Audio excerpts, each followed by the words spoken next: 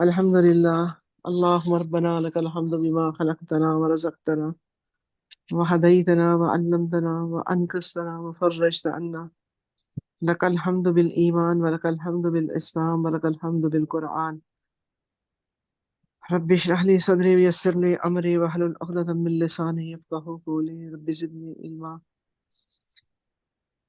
سبحانك لا علم لنا إلا ما علمتنا إنك أنت العليم الحكيم.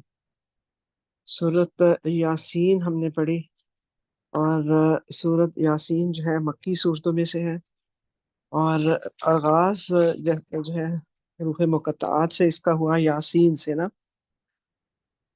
اور اس کے فوراً بعد اللہ تعالیٰ نے رسول اللہ صلی اللہ علیہ وسلم کی رسالت کے لیے، جیسے کہ ہمیں اس بات کا اندازہ بھی ہے کہ یہ جو ہے نبی صلی اللہ علیہ وسلم کی جو مکی دور میں دعوت تھی، اس میں مین جو چیزیں تھیں وہ تھیں توحید، رسالت اور آخرت. اور جو ہے تو اس صورت میں اللہ تعالیٰ نے توحید کے بارے میں، جیسے ڈاکٹر فرزانہ ذکر کر رہی تھی، آیات جو ہے ان کا جو اللہ کی نشانیوں کے بارے میں ہے، ان میں بھی اللہ تعالیٰ کی صرف جو ہے قدرت، اس کا اختیار اور اس کی طاقت کا ذکر ہے نا، یعنی صفت توحید کا ذکر آ جاتا ہے. اور یہ جو صورت کا آغاز ہو رہا ہے، اس میں اللہ تعالیٰ قرآن حکیم کی قسم کھا رہے ہیں نا. اور یہ آپ کا کہتے ہیں کہ ایک شرف ہے کہ اللہ تعالیٰ نے سوائے آپ کے کسی پیغمبر کی رسالت کی قسم نہیں کھائی. یعنی آپ کے امتیازات میں سے، آپ کے خصائص میں سے یہ بھی ایک بات ہے کہ اللہ تعالیٰ نے آپ کی رسالت کے لیے، کہ آپ اللہ کے سچے نبی ہیں، اس کے لیے اللہ تعالیٰ نے قرآن حکیم کی خود قسم کھائی نا. اور قسم کھانے کے بعد جو ہے ساتھ جو بات کہی وہ کیا ہے؟ علی صراط مستقیم.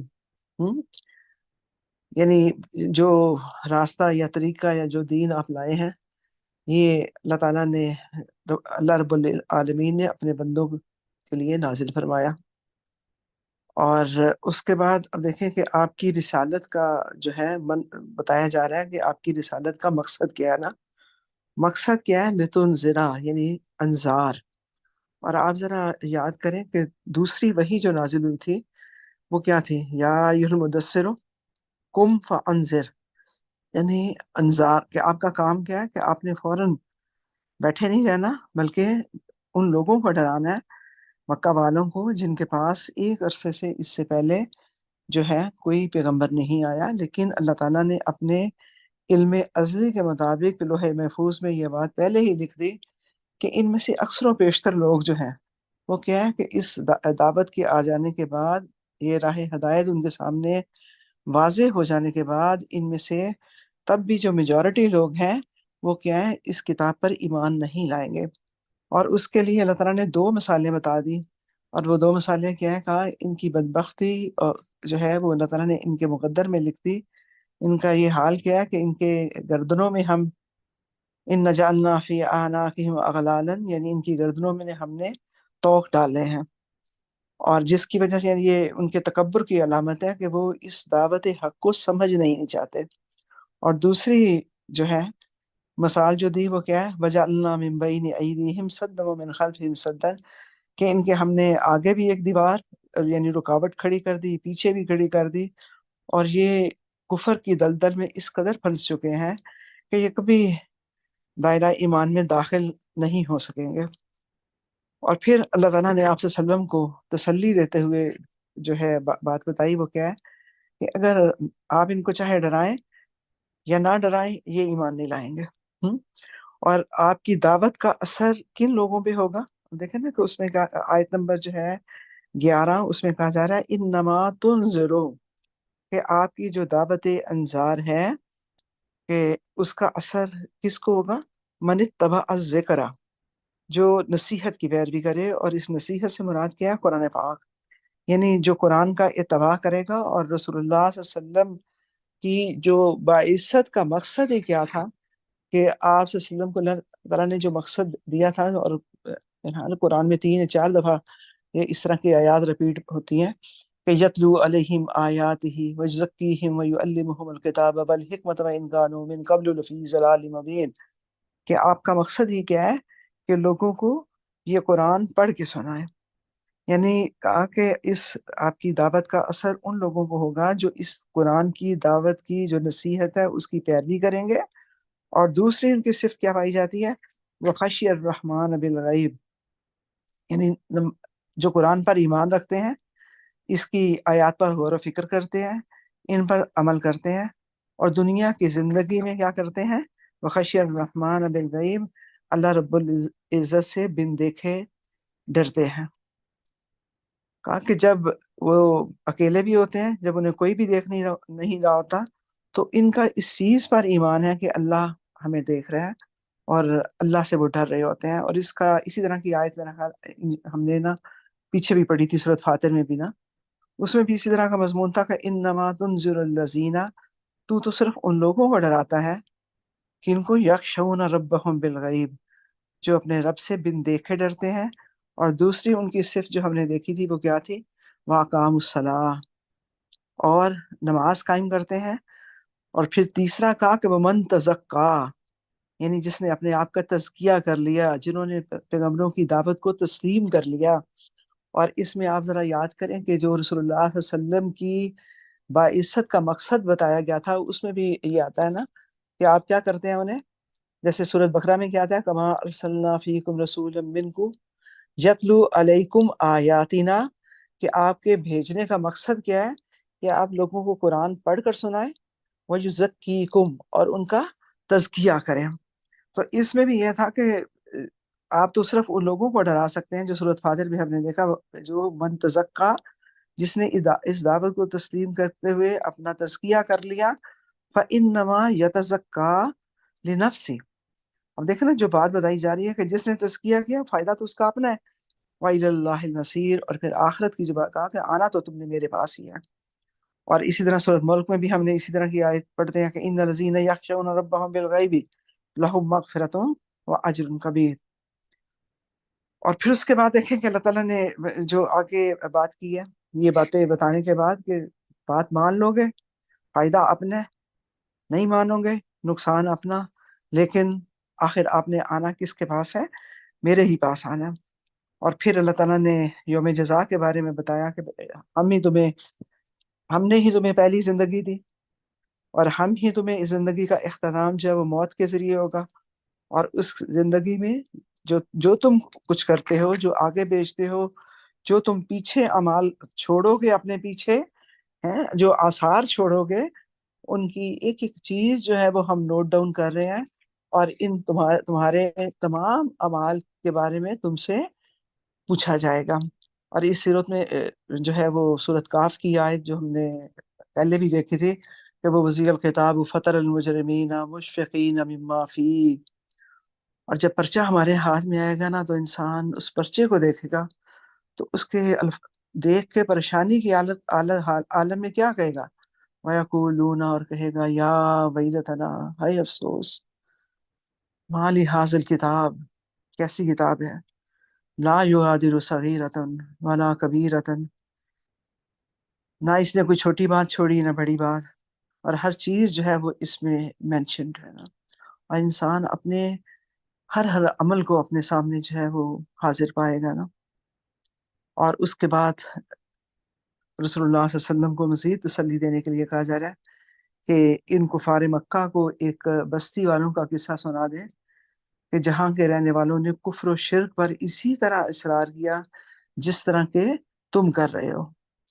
اور اللہ تعالیٰ نے ان کی ہدایت کے لیے پہلے 2 نبی بھیجے جنہوں نے ان کو جھٹلایا، ان کی تائید کے لیے پھر تیسرا نبی بھیجا، لیکن انہوں نے ان کی دعوت کو جھٹلا دیا. اور ان کی ایک ہی بات تھی، اور وہ بات کیا تھی؟ کہ وہ کہتے تھے قالوا ما انتم الا بشر مثلنا، بھائی تم تو ہماری طرح کے انسان ہو. اور ایک انسان پر اللہ تعالیٰ کا وما انزل الرحمن، کہ رحمان، جب دیکھیں نا کہ اللہ کی صفت رحمان پر ان کا یقین تھا، کہتے تھے کہ رحمان نے کوئی چیز نازل نہیں کی، ان انتم الا تکذبون، مگر تم کیا ہے کہ تم تو محض جھوٹ ہی کہہ رہے ہو. اور آگے سے وہ کیا کہتے ہیں؟ قالوا ربنا یعلم انا علیکم لمرسلون، انہوں نے کہا بھائی ہمارا رب جانتا ہے کہ ہم اللہ کی طرف سے رسول بنا کر بھیجے گئے ہیں، اور ہمارا کام کیا ہے؟ اب دیکھیں نا، انبیاء کا جو مشن ہوتا ہے، جو کہ ہر زمانے میں اللہ تعالیٰ نے انبیاء کو جو کام دیا، جو منصب سونپا، جو ان کی ذمہ داری تھی، وہ کیا تھی؟ وما علینا الا البلاغ المبین، اور کہا کہ ہماری ذمہ داری کیا ہے؟ کہ جو پیغام ہمیں اللہ تعالیٰ کی طرف سے ملتا ہے، ہم اس پیغام کو پوری کی طرح پورے کا پورا جو ہے وہ تم تک پہنچا دیں۔ اور پھر قوم جیسے کہ ہمیشہ کفار جو ہے کہتے ہیں، اور مشرکین کہتے ہیں، انہوں نے کہا بھائی ہم تو تمہیں اپنے لیے کوئی اتنا اچھا نہیں سمجھتے، جب سے تم ہمارے درمیان آئے ہو ہم پر مصائب اور مشکلات جو ہیں ان کی بچھاڑ ہو گئی نا۔ اس کے بعد آگے اللہ تعالیٰ نے ان میں ایک مرد مومن کا ذکر کیا، اور مرد مومن کی جو اللہ تعالیٰ نے صفات بتائی ہیں، وہ وہی صفات ہیں جو کہ ایک سچے دائی کی ہونی چاہیے، یا ایک جو سچا جنتی جو ہے، جو اس کی ہونی چاہیے۔ اور وہ صفات جو ہیں، سب سے پہلی دیکھیں جو صفتیں، ذرا آپ غور کریں ان آیات پہ، وَجَاءَ مِنْ أَقْصَى الْمَدِينَةِ، اور کیا ہے؟ شہر کے سب سے دور کنارے سے ایک آدمی جو ہے کیسے آیا؟ رجل یسعیٰ، ایک آدمی دوڑتا ہوا آیا، اور آگے کیا کہتا ہے؟ اتبعوا، اتبعوا کہ میرا، اس نے کہا اے میری، اتبعوا کہ اس نے کہا کہ اتبعوا من لا یسألکم، سوری، اس نے کہا قال یا قومی، اس نے کہا اے میری قوم اتبعوا المرسلین، اس نے آ کے کیا کہا کہ اے میری قوم کیا کرو؟ ان رسولوں کی پیروی کرو۔ اچھا، اب آپ یہ دیکھیں کہ اس میں سب سے پہلی بات جو ہے، وہ جو ہماری سمجھ میں، میری جو عقل سمجھ میں آ رہی ہے، وہ کیا ہے؟ کہ اس نے آ کر جو سب سے پہلی بات کہی کہ دیکھو اتبعوا، کہ پیروی کرو، یعنی ایک سچا مومن جو ہے وہ ہمیشہ ایک دائی بھی ہوتا ہے اور مبلغ بھی ہوتا ہے۔ اور دوسری آپ دیکھیں کہ جو اللہ تعالیٰ اس کی صفت بتا رہے ہیں، وہ کیا ہے؟ رجل یسعیٰ، کہ وہ دوڑتا ہوا آیا، یعنی وہ کام کرنے میں کبھی کوئی خام خواہ کی ہیلے بہانے نہیں ڈھونڈتا، بلکہ ہر وقت جو ہے وہ اس موقع میں اور اس تلاش میں ہوتا ہے کہ جہاں پر بھی ہمیں کوئی دعوت کا موقع ملے، ہم اللہ کا دین جو ہے وہ لوگوں تک پہنچائیں۔ اور تیسری بات آپ دیکھیں کہ وہ آگے جو ہے وہ کیا کہتا ہے؟ تو مال لا اعبد الذی، اب دیکھیں کہ ان کا جو وہ مرد مومن تھا، اس کا جو دعوت کا انداز تھا، اس میں اس قدر حکمت کا اسلوب پایا جاتا ہے۔ وہ کیا کہتا ہے اپنے مخاطبین سے؟ کیا کہتا ہے کہ مجھے کیا، میں ان کی عبادت کیوں نہ کروں؟ اور اس کے لیے جو اس نے بات دلیل پیش کی، فطرنی، کہ جس نے مجھے پیدا کیا، یعنی وہ ذات جس کی میں عبادت کروں گا، یا جس کی میں اطاعت کروں گا، جس کی میں حکم مانوں گا، اس کی اطاعت میں کس لیے کر رہا ہوں؟ فطرنی، اس لیے کہ وہ میرا خالق بھی ہے۔ جیسے آپ دیکھیں کہ سورہ شعراء کی اگر ہم آیت یاد کریں کہ ابراہیم علیہ السلام نے جو ایک دعا ہے ان کی، الذی خلقنی فہو یہدین، یعنی جو خالق ہے اسی کو یہ حق ہے کہ وہی ہمیں بتائے کہ ہدایت کا رستہ کون سا ہے۔ میرے خالق ہی کو پتا ہے نا کہ بھائی اس کو میں نے بنایا تو کیوں بنایا، اور اس کی کامیابی کا رستہ جو ہے وہ کون سا ہے نا۔ اور کہا وہ خالق ایسا ہے کہ اس نے تمہیں پیدا بھی کیا، پھر کیا ہے؟ ہدایت کا رستہ بھی بتایا، اور چوتھی چیز جو ساتھ ہی بتا دی وہ کیا ہے؟ وَإِلَيْهِ تُرْجَعُونَ، کہ تم نے جانا کس کے پاس ہے؟ اللہ کے پاس تھا۔ اور پھر دیکھیں کہ جس کی بات مانی جاتی ہے، یعنی انبیاء کی، اس کے لیے انہوں نے کہا کہ بھائی اس کا اتباع کرنے کے لیے دو ہی چیزیں ہیں، کہ جس کی پیروی تم کر رہے ہو، یعنی نبیوں کی، کہ وہ بندہ جو ہے وہ مخلص بھی ہو، یعنی دعوت کے کام میں مخلص ہو، وہ آپ سے کوئی چیز نہ مانگے، کوئی آپ سے دنیاوی فائدہ نہ چاہتا ہو۔ تو اس کے لیے دیکھیں کہ انہوں نے جو بات آگے کہی کہ تم کیا ہے؟ لا یسألکم علیہ اجرن، کہ وہ جو تمہارے پاس اللہ نے پیغمبر بھیجے ہیں وہ تم سے کیا ہے؟ اب دیکھیں نا اس کے ساتھ اتبعوا، یعنی ان کا اتباع کرو، کہ وہ کون سی ہستی ہیں؟ یعنی پیغمبر، ان کا اتباع کیوں کرنا ہے؟ من لا یسألکم اجرا، کہ وہ تم سے کوئی اجر نہیں چاہتے ہیں۔ اور دوسری ان کی صفت کیا ہے؟ وہ جن کی تم نے پیروی کرنی ہے وہ ہم مختدون، کہ وہ خود راہ راست پر ہیں۔ اور وہ راہ راست پر کس طرح ہے؟ مجھے وہ سورۃ رحمان کی آیت یاد آ رہی ہے کہ جو رسول اللہ صلی اللہ علیہ وسلم یا جتنے بھی انبیاء آئے ان کو اللہ تعالیٰ نے خود علم سکھایا۔ کیا کہا؟ الرحمن علم القرآن، کہ رحمان جس نے خود قرآن سکھایا ہے۔ تو اس لیے جو اللہ جس رستے پہ انہیں چلا رہا ہے یا جس رستے پر وہ چل رہے ہیں وہ رستہ کیسا ہے کہ وہ ہدایت یافتہ لوگ ہیں، وہ ہم مقتدون، یعنی ان کی پہلی صفت کیا ہے انبیاء کی کہ تم نے ان کا اتباع کیوں کرنا ہے؟ لا یسلکم اجرا، تو تم سے کوئی اس کا ریوارڈ نہیں مانگتے۔ اور دوسری ان کی صفت کیا ہے کہ وہ خود ہدایت یافتہ ہیں۔ اور پھر اس کے بعد دیکھیں کہ جو ہے اگلی جو چیز تھی کہ وہ جو مومن تھا، یعنی جو بندہ دوڑتا ہوا آیا، اس کی اگلی جو صفت ہے وہ اس میں جو بتائی جا رہی ہے وہ کیا ہے کہ وہ کیا کہتے ہیں کہ یعنی دیکھیں ان کی دعوت جو تھی وہ کس چیز کی تھی؟ توحید کی نا۔ اور اس کا وہ جو ذکر کرتے ہیں وہ کیسے کرتے ہیں کہ اتخذ من دونہ آلہۃ، کہ تم نے اللہ کے ساتھ جو شریک ٹھہرائے میں، ان یریدن الرحمن بضر لا تغنی عنی شفاعتهم شیئا ولا ينقذون، کہ یعنی سب کچھ کس کے اختیار میں ہے؟ اللہ کے اختیار میں۔ اور تم نے اللہ کے علاوہ جن کو شریک بنایا ہوا ہے، تمہارے بت ہیں یا تمہارے جو آباء و اجداد ہیں، ان کی بے بسی اور بے اختیاری کا یہ عالم ہے کہ وہ اللہ کے معاملے میں کہ اگر رحمان تمہیں کوئی تکلیف دینا چاہے، لا تغنی عنی شفاعتہم، ان کی شفاعت جو ہے وہ بھی تمہارے کوئی کام نہیں آئے گی۔ اور پھر دیکھیں کہ اس کے بعد اس کا مرد مومن جو ہے اس کا جو ذکر کیا گیا تو کیا کہا کہ وہ اس کو اپنے آپ کی اپنے تزکیے کی بھی بہت زیادہ فکر ہے نا۔ یعنی ایک دائی کا کام یہ نہیں ہے کہ صرف لوگوں کو دعوت دینا، بلکہ اس کا کام کیا ہے کہ ساتھ ساتھ اپنا یعنی ساتھ ساتھ کیا ہے کہ وہ اپنا تزکیہ جو ہے وہ بھی کرتا رہے نا۔ اور اس کے بارے میں دیکھیں کہ وہ کیا کہتا ہے کہ اگر میں اللہ رب العزت کی اطاعت نہ کروں تو اس کے لیے کیا ہے، انی اضل فی ضلال مبین، تو بے شک اس وقت میں کیا ہے ضرور کھلی گمراہی میں ہوں گا۔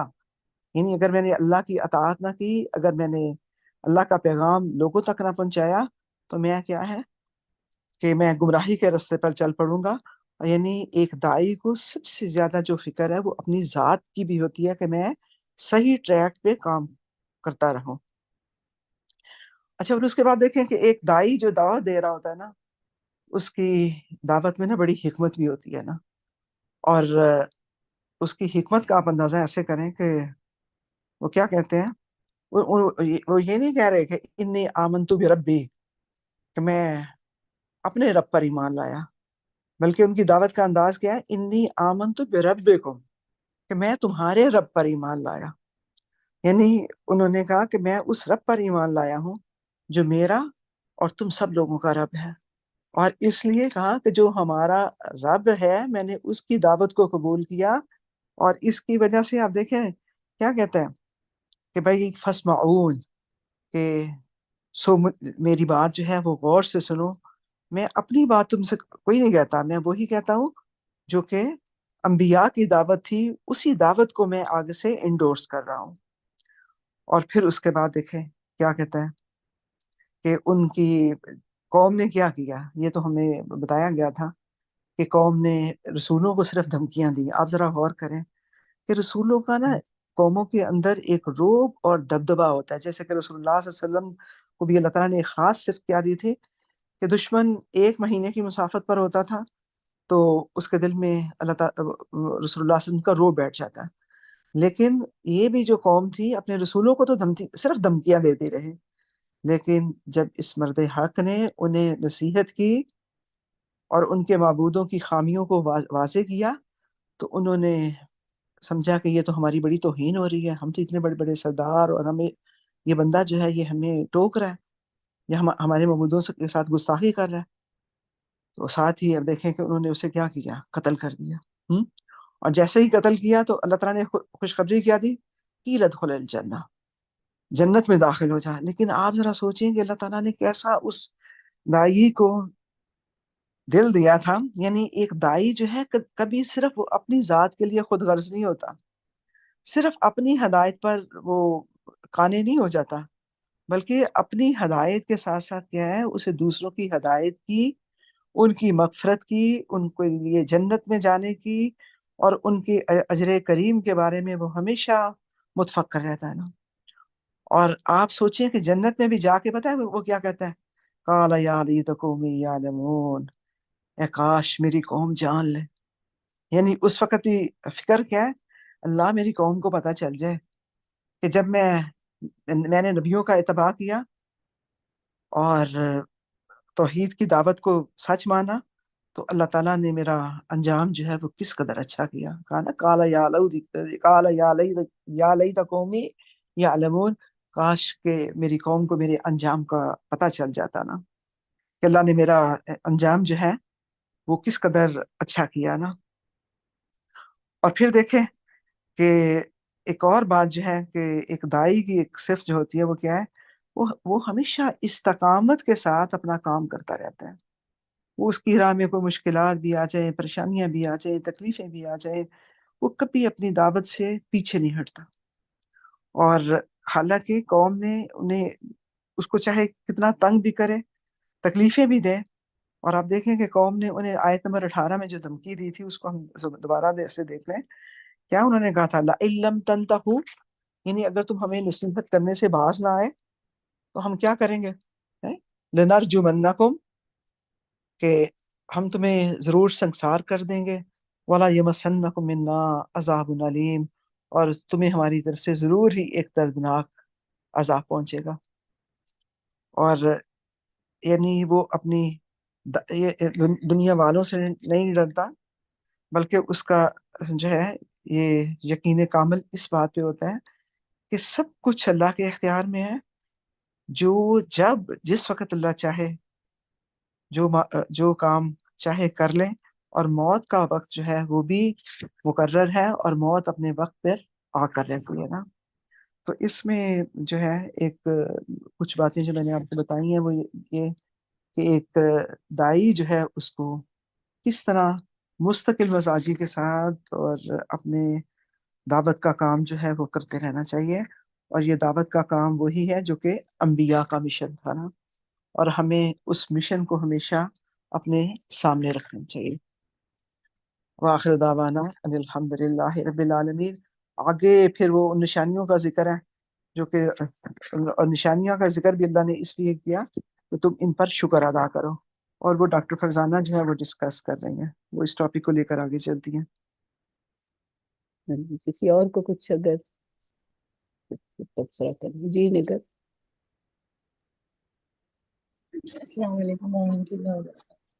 وعلیکم السلام مجھے ورحمۃ سورہ یاسین کا مقصد کافی ڈسکشن تو کافی اچھا ہو گیا، لیکن مجھے جو اس میں ایک بات جو اپنے پوائنٹ سے لگ رہی تھی اپنے تربیت کے لحاظ سے، کہ اس میں اللہ تعالیٰ نے قرآن کو ایک حکمت والی اور ایک عظمت والی کتاب کا بتایا ہے، اور دوسری چیز یہ کہ یاسین میں قرآن حکیم کی قسم، اور پھر اس کے بعد ہے تنزیل العزیز الرحیم، یعنی کہ یہ ایک بہت ہی زبردست اور رحیم ہستی کی طرف سے جو ہے نازل ہوا ہے۔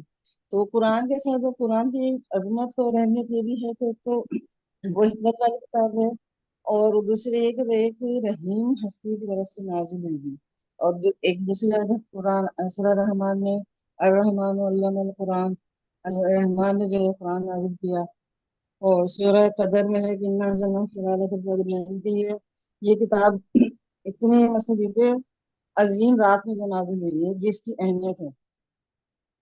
تو قرآن کا ساتھ جو ہے وہ رحمان کی اللہ کی صفت یہ ہمیں بتاتی ہے کہ قرآن کا نازل ہونا جو ہے ہماری لیے اتنی بڑی خدا کی رحمت ہے۔ اگر یہ اور رحمت ہی اس لیے کہ اگر مثلا اسی کے ذریعے اللہ تعالیٰ نے ہمارے لیے ہدایت دی ہے انسانوں کو، تو قرآن جو ہے وہ الرحمان ہستی کی طرف سے، اور اللہ کی رحمت ہے انسانوں پر کہ وہ اس میں قرآن کو جو ہے وہ نازل کیا، تو ہم اس کو اللہ تعالیٰ کی رحمت سمجھ کر قرآن سے جو ہے وہ ہدایت حاصل کریں کہ اللہ تعالیٰ کی یہ ہمارے پاس اتنی بڑی رحمت، اور اس کی وہ مثلا انسانی محبت ہے کہ اس نے اپنا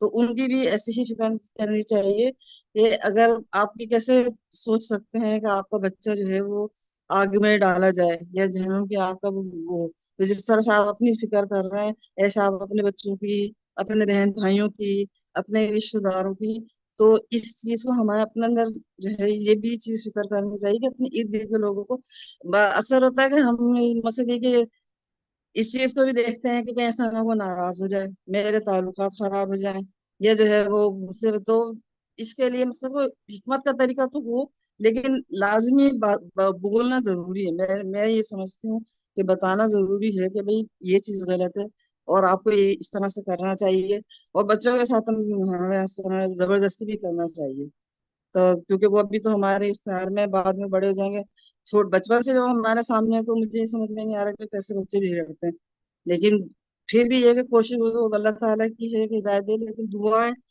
دعائیں بہت زیادہ جو ہے وہ کام آتی ہیں۔ اگر انسان کے بس میں کچھ نہیں ہوتا ہے، لیکن شدت کے ساتھ دعائیں جو ہوتی ہیں وہ آپ اپنی اولاد کے لیے، اپنے بہن بھائیوں کے لیے، اپنے رشتے داروں کے لیے، دوستوں کے لیے، تو یہ جب آپ دعائیں کرتے ہیں تو اللہ تعالیٰ ضرور جو ہے وہ ان کو ہدایت دیتا ہے۔ بس یہ مجھے 3 باتیں لگ رہی تھی، اس میں زیادہ پوائنٹ تو باتیں تو بہت ہیں، لیکن یہ جو ہے فوکس جزاک اللہ، ہونا جزاک چاہیے۔ اللہ نکت، تو بہت شکریہ، ٹائم ہو گیا۔ تو اچھا، بس میں 2-3 پوائنٹس ذرا دہرا لوں۔ اس میں ایک اہم آیت یہ کہ وَجَعَلْنَا مِن بَيْنِ أَيْدِيهِمْ سَدًّا وَمِن خَلْفِهِمْ سَدًّا فَأَغْشَيْنَاهُمْ فَهُمْ لَا يُبْصِرُونَ۔ یہ آگے اور پیچھے کی جو بڑی رکاوٹیں ہیں ان میں سے ایک رکاوٹ آگے کی جو ہے وہ یہ کہ ہم اپنے مفادات کے لیے، مفادات کے تحفظ کے لیے حق بات کو قبول کرنے سے ہچکچاتے ہیں یا نہیں کر پاتے، اور جو من خلف ہم جو پیچھے سے ہے، وہ ایک تو یہ کہ جو عادتیں پہلے سے پختہ ہوئی ہوتی ہیں انہیں چھوڑنا بڑا مشکل ہوتا ہے، چاہے وہ کوئی اپنی روایات چل رہی ہوں پہلے سے، یا کوئی عادتیں اتنی پکی ہو گئی ہوں، تو ان کو چھوڑنا جو ہے وہ بڑا مشکل لگتا ہے۔ تو یہ 2 بڑی رکاوٹیں ہوتی ہیں، تو ان پر قابو پانا جو ہے وہ حق کو تسلیم کرنے کے لیے ضروری ہے۔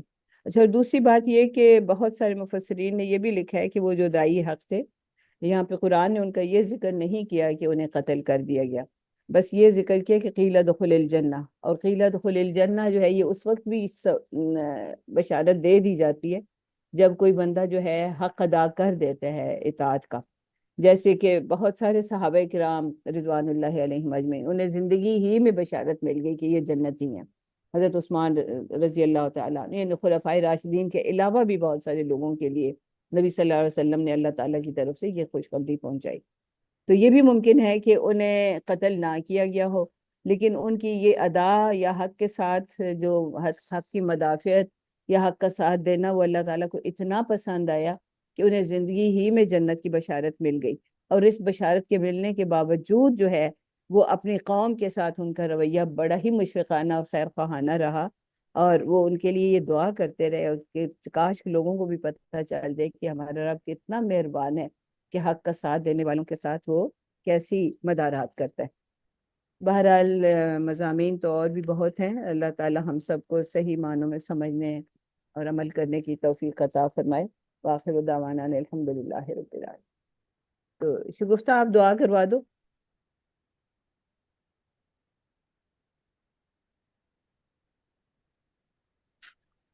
یا رب لک الحمد کما ينبغي لجلال وجهك وعظیم سلطانك، سبحان اللہ وبحمدہ عدد خلقہ ورضا نفسی وزنة عرشی ومداد کلماتہ۔ اللہم صلی علی محمد وعلی آل محمد کما صلیت علی ابراہیم وعلی آل ابراہیم انک حمید مجید۔ اللہم بارک علی محمد وعلی آل محمد کما بارکت علی ابراہیم وعلی آل ابراہیم انک حمید مجید۔ اللہم رب السماوات والارض ورب العرش العظیم، ربنا ورب كل شيء فالق الحب والنوى منزل التوراة والإنجيل والفرقان، أعوذ بك من شر كل شيء أنت آخذ بناصيته، أنت الأول فليس قبلك شيء وأنت الآخر فليس بعدك شيء وأنت الظاهر فليس فوقك شيء وأنت الباطن فليس دونك شيء، أقضنا الدين وأغننا من الفقر، اللهم اهدنا لأحسن الأعمال والأخلاق لا يهدي لأحسنها إلا أنت، واصرف عني سيئها لا يصرف عني سيئها إلا أنت، اللهم آت نفسي تقواها وزكها أنت خير من زكاها أنت وليها ومولاها. اللهم إني أعوذ بك من علم لا ينفع وقلب لا يخشع ونفس لا تشبع ودعوة لا يستجاب لها. اللهم أصلح لديني اللهم أصلح لديني الذي هو عصمة أمري، واصلح لدنيا التي فيها معاشي، واصلح لي آخرتي التي إليها معادي، واجعل الحياة زيادة لي في كل خير، واجعل الموت راحة لي من كل شر. ربي أعيني ولا تعني علي، وانصرنا ولا تنصر علي، واهدنا ويسر الهدى لي. اللهم اجعلني زكارا لك شكارا لك مطواعا لك محبتا إليك أواه منيبا. ربي تقبل توبتي، ربي تقبل توبتي، واغسل حوبتي، وأجب دعوتي، وثبت حجتي، واهد قلبي، وسد لساني، واسلل سخيمة صدري. إني أعوذ بالله أن أكون في نفسي عظيما وإن بالله صغيرا. اللهم اهدنا، اللهم اهدنا، اللهم اهدنا. اللهم ارحمهما، اللهم ارحمهما ورفع درجتهما، وأصلح نيتنا وأصلح نيتنا وعملنا وذريتنا. رب ارحمهما كما ربياني صغيرا. ربي أوزعني أن أشكر نعمتك التي أنعمت علي وعلى والدي وأن أعمل صالحا ترضاه، واصلح لي في ذريتي، واصلح لي في ذريتي، واصلح لي في ذريتي. إني تبت إليك وإني من المسلمين. يا مقلب القلوب ثبت قلوبنا على دينك. اللهم إني أسألك الهدى والتقى والعفاف والغنى. اللهم انصر الإسلام والمسلمين، اللهم أيد الإسلام والمسلمين، اللهم انصر الإسلام والمسلمين. اللهم إنا نسألك حسن الخاتمة، اللهم إنا نسألك حسن الخاتمة. اللهم ثبت بالإيمان عند الموت. لا إله إلا الله. ربنا تقبل منا إنك أنت السميع العليم، وتب علينا إنك أنت التواب الرحيم.